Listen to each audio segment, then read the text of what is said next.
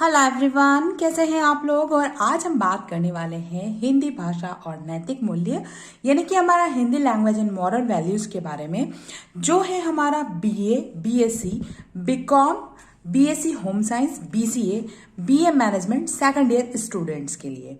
आप अगर other university यानी कि सभ्य विश्वविद्यालय के लिए मान्य है, यानी कि ग्वालियर, जबलपुर, रीवा, सतना, इसके अलावा विक्रम के तो ये है ही हैं। साथ ही साथ अगर अदर यूनिवर्सिटी बीयू और इंदौर, देवी अहिल्या से भी है, तब भी आपके लिए super model question paper 2021 very very important है। अगर आप यही क्वेश्चन करते हैं तो यकीन मानिए बहुत ही अच्छे नंबर से आप हिंदी भाषा और नैतिक मूल्य में पास हो जाएंगे। देखिए, आप हिंदी भाषा और नैतिक मूल्य को बहुत हल्के में ना लें, ये आपका परसेंटेज इंक्रीज करता है। 30 मार्क्स का पेपर होता है, कहीं 50 का होता है, कहीं 100 जो मिलाकर होते हैं। तो ये एक अच्छा रोल प्ले करता है आपके परसेंटेज इंक्रीज करने के लिए। इसलिए आप हिंदी को भी अन्य सब्जेक्ट की भांति ही पढ़िए, ताकि इसमें भी अच्छे नंबर आए और आपका जो परसेंटेज है वो इंक्रीज हो, और आप पास ही नहीं, फर्स्ट डिवीजन बहुत ही अच्छे नंबर से पास हो। और मैं चाहती हूँ कि आप तो टॉप करें। राइट गाइस, तो चलिए सबसे पहले हम यहाँ पे सिलेबस देखते हैं। तो मैं हूँ सोनम जैन। चलिए हमारा वीडियो स्टार्ट करते हैं। तो आपको स्क्रीन पर सिलेबस दिख रहा है हिंदी भाषा और नैतिक मूल्य का। तो आप देख रहे हैं स्क्रीन पर जो सिलेबस, यूनिट 1 में 3 पार्ट्स है। इसके अलावा unit 2, unit 3, unit 4, then last आ जाती है आपकी यूनिट नंबर 5। अगर ये सिलेबस आपकी यूनिवर्सिटी से मैच करता है, आपके सिलेबस से मैच करता है, चूंकि आप सेकंड ईयर के हैं, तो आप बेशक केवल और केवल ये क्वेश्चन पढ़िए। इसके अलावा कुछ पढ़ने की जरूरत भी आपको महसूस नहीं होगी। चलिए अब हमारा सुपर मॉडल क्वेश्चन पेपर हम स्टार्ट करते हैं यूनिट 1 से। और हाँ, ऑब्जेक्टिव भी मैं आपको बता देती हूँ यहाँ पर एक विशेष बात ऑब्जेक्टिव के लिए। ऑब्जेक्टिव में ये विशेष बात यहाँ पर है कि आप जो भी मैंने सिलेबस दिखाया था उसके सामने पर्टिकुलर, जैसे कि तोड़ती पत्थर जो कविता है उसके राइटर का नाम लिखा हुआ है, जैसे दिमागी गुलाबी उसके राइटर का नाम लिखा हुआ है, गुलामी सॉरी। तो ये यहाँ पर ऑब्जेक्टिव बनेगा, तोड़ती पत्थर कविता किसके रचयिता कौन है, तो आपका आंसर बन जाएगा और आपका 1 नंबर का ऑब्जेक्टिव जो है वो भी राइट हो जाएगा। इसलिए आपने सिलेबस से जो रचयिताओं के नाम हैं, जो इनके कवि हैं, लेखक हैं, उपन्यासकार हैं, तो उनके नाम भी आप जरूर याद रख लें। ठीक है गाइस, चलिए हम यूनिट नंबर 1 स्टार्ट करते हैं, देन इसके क्वेश्चन पढ़ते हैं। सबसे पहला है, तोड़ती पत्थर कविता का भावार्थ लिखिए, इसका सारांश लिखिए या इसका भाव लिखिए। एक ही बात होगी, थोड़ा सा प्रश्न घुमाकर भी दिया जा सकता है। सेकंड, दिमागी गुलामी से क्या अभिप्राय है। सूर्यकांत त्रिपाठी निराला किस युग के कवि हैं। तोड़ती पत्थर कविता के काव्य सौंदर्य पर प्रकाश डालिए। हिंदी में वर्ण विन्यास के महत्व को स्पष्ट कीजिए। वह तोड़ती पत्थर कविता पूंजीवादी समाज व्यवस्था पर प्रहार है, समझाइए। निराला एक विद्रोही कवि हैं, इस कथन की समीक्षा कीजिए। हिंदी में वर्ण विचार के महत्व को स्पष्ट कीजिए। संक्षिप्ति कैसे करेंगे, लिखिए। नारी पर होने वाले अत्याचारों का अंत तुरंत और कब और कैसे होगा या कैसे हो सकता है।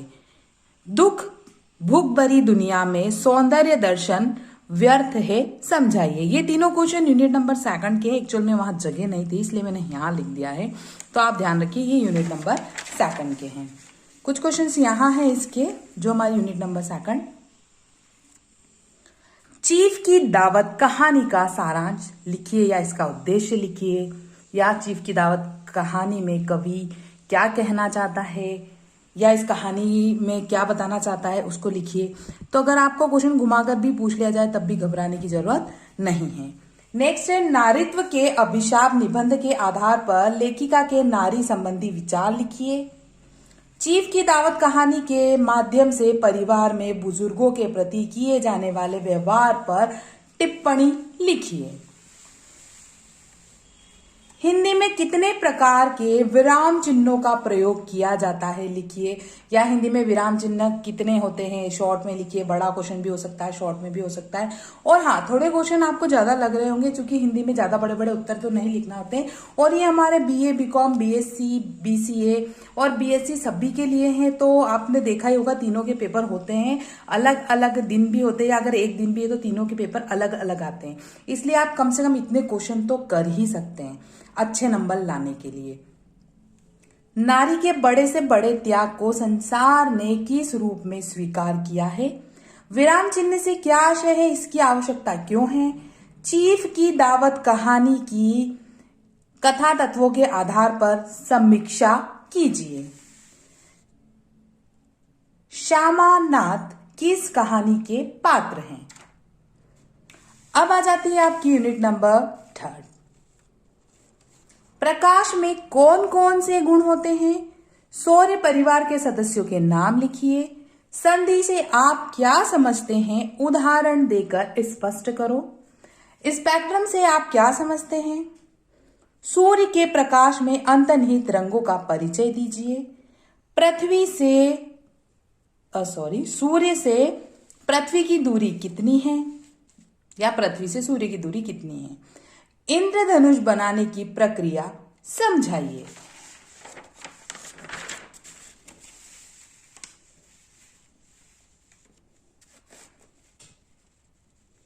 नेक्स्ट क्वेश्चन है, भैरवी का खेत में साक्षात्कार कुछ अर्थ रखता है। साक्षात्कार कुछ अर्थ रखता है, इसका आशय स्पष्ट कीजिए। स्वर संधि किसे कहते हैं, प्रकारों पर प्रकाश डालिए। सौर मंडल क्या है, आग का आविष्कार कैसे हुआ? तो ये देखिए, आपने 1 से लेकर यूनिट नंबर 3 तक के क्वेश्चन। और अगर आप BA, BCom, BSc, BCA, BA management किसी भी सब्जेक्ट के स्टूडेंट हैं और अगर आप चाहते हैं कि आपके अदर सब्जेक्ट के मॉडल क्वेश्चन पेपर भी आए तो प्लीज मुझे कमेंट बॉक्स में कमेंट करके जरूर बताएं। ओल्डर पेपर भी अपलोड है, जो बीए, बीकॉम, बीएससी के जो 2019 में हुए थे, उसके लिंक भी मैंने डिस्क्रिप्शन में दे रखी है। आई बटन पर भी आप क्लिक कर सकते हैं और उन वीडियोस को भी देख सकते हैं और ये पता लगा सकते हैं कि किस टाइप के क्वेश्चन आएंगे। क्योंकि फर्स्ट ईयर में बहुत सारी जगह जो जनरल प्रमोशन हुआ है, फर्स्ट ईयर में आपने एग्जाम नहीं दिया है, इस वजह से हो सकता है कि आपको पेपर का नॉलेज ना हो, किस टाइप से क्वेश्चन आएंगे, कैसे हमें लिखना है, कितने शब्दों में लिखना है, तो सबकी डिटेल हमने प्रोवाइड करवा रखी है। तो आप आई बटन पर क्लिक करके भी वीडियोस देख सकते हैं। और वीडियो अच्छा लगे तो प्लीज प्लीज प्लीज लाइक करना बिल्कुल भी ना भूलें।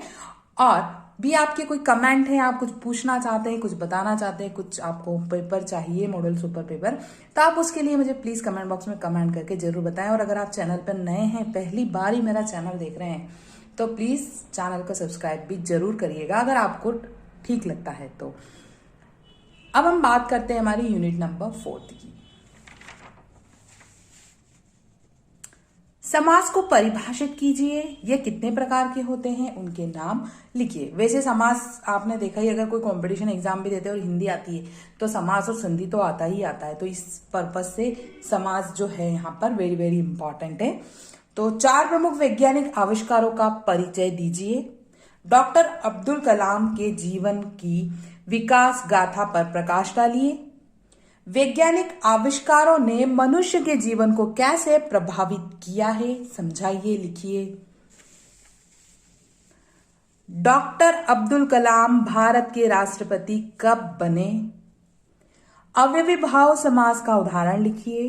बहुब्रीहि समास के कोई 5 उदाहरण लिखिए। देखिए, अव्ययी भाव, बहुब्रीहि जो समास है, ये तो सब समास के प्रकार है। अगर आप एक बार समास अच्छे से कर लेंगे तो अभी तो काम आएगा ही आएगा। अगर आप कोई कंपटीशन एग्जाम देते हैं, चाहे आप बीएसएफ पुलिस का एग्जाम दो, टीचरशिप का एग्जाम दो, रीट की एग्जाम दो, किसी की भी एग्जाम देते हैं, हिंदी जरूर पूछी जाती है। और हिंदी में समास it is very very important role play करते हैं, इसलिए समास को बहुत अच्छे से पढ़ें।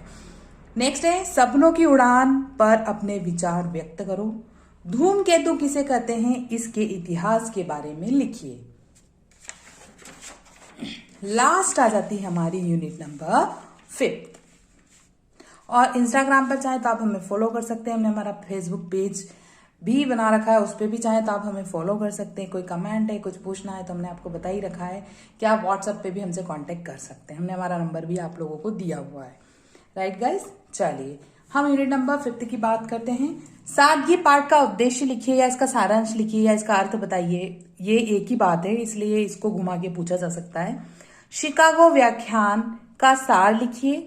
सनातन धर्म की मानव जीवन से क्या भूमिका है। स्वामी विवेकानंद के अनुसार धर्म महासभा से संचार को क्या शिक्षा मिलती है। गीता के उपदेश के माध्यम से विवेकानंद ने अपने व्यक्तित्व में क्या कहना चाहते हैं, स्पष्ट कीजिए।